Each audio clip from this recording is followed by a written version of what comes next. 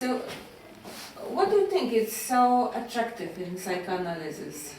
What attracts you? Well, I went into psychiatry really wanting to understand myself and understand other people, and I didn't really feel that I got much from my training in terms of understanding the patients or myself or my relationships with the patients.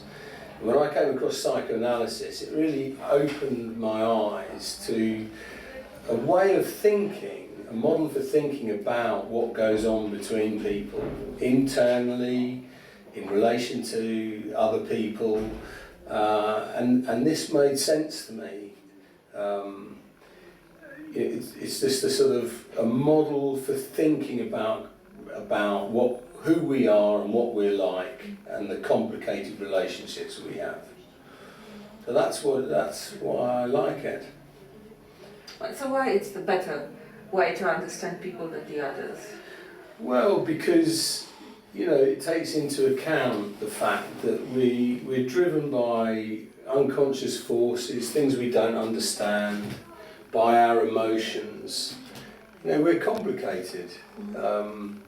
And we act and think in complicated ways.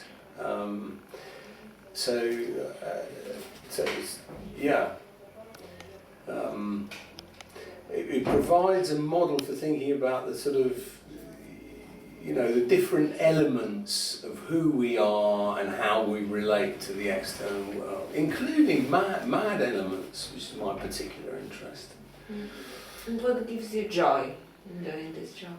What gives me pleasure is if I'm working with patients, it's to see their development of their capacity to think about themselves, not in an intellectual way, but in an emotional way, to tolerate the fact that we're all imperfect and we live in an imperfect world, and we all strive for perfection and an ideal situation, but we're having then to deal with the fact that's not the way things are, and we've got to sort of tolerate the difference between the two, and the capacity to think about problems from different perspectives, which sometimes gets us out of a sort of log jam, where we think there's only one way of thinking about the problem and one solution, and sometimes we get locked into that.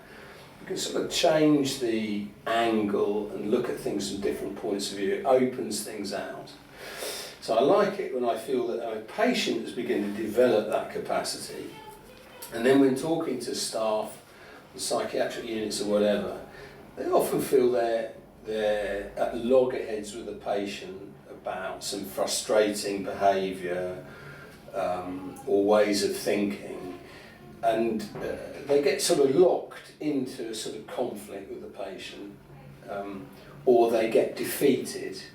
And I sort of try to sort of say, well, if we could think of it from a different point of view, it opens up all sorts of possibilities and meaning. I mean, people go into psychiatry because they're interested in people generally, and and sometimes they get worn down by the work and by the strain of difficult cases and the pressure in the service. But if one can help them sort of rediscover their interest in what things mean, then it sort of makes life interesting. That's what gives me pleasure. So, but when you're saying that we can see things from different angles and it's interesting, so what about the truth?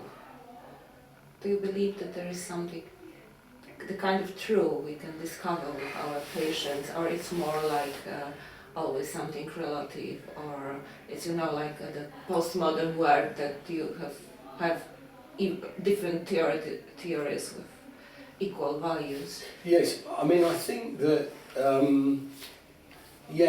I think there are different sorts of truth. I don't believe it's just like easily exchangeable, as any truth matters, it's just whatever you believe. But I do think you do come across something where sometimes you're working with a patient and you discover something about them that you feel is authentic and true and moves the story on. And, you know, I think that's very valuable. Yeah. So, yes, the postmodern, the truth is sort of up for negotiation. I don't believe that.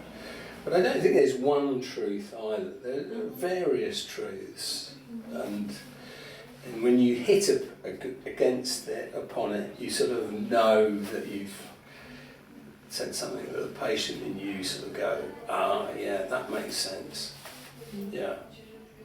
Sort of an emotional response as much as anything. You feel it's right. Yeah. And what do you say to people who hesitate to start very demanding psychoanalytical training? Well, it's rewarding, isn't it?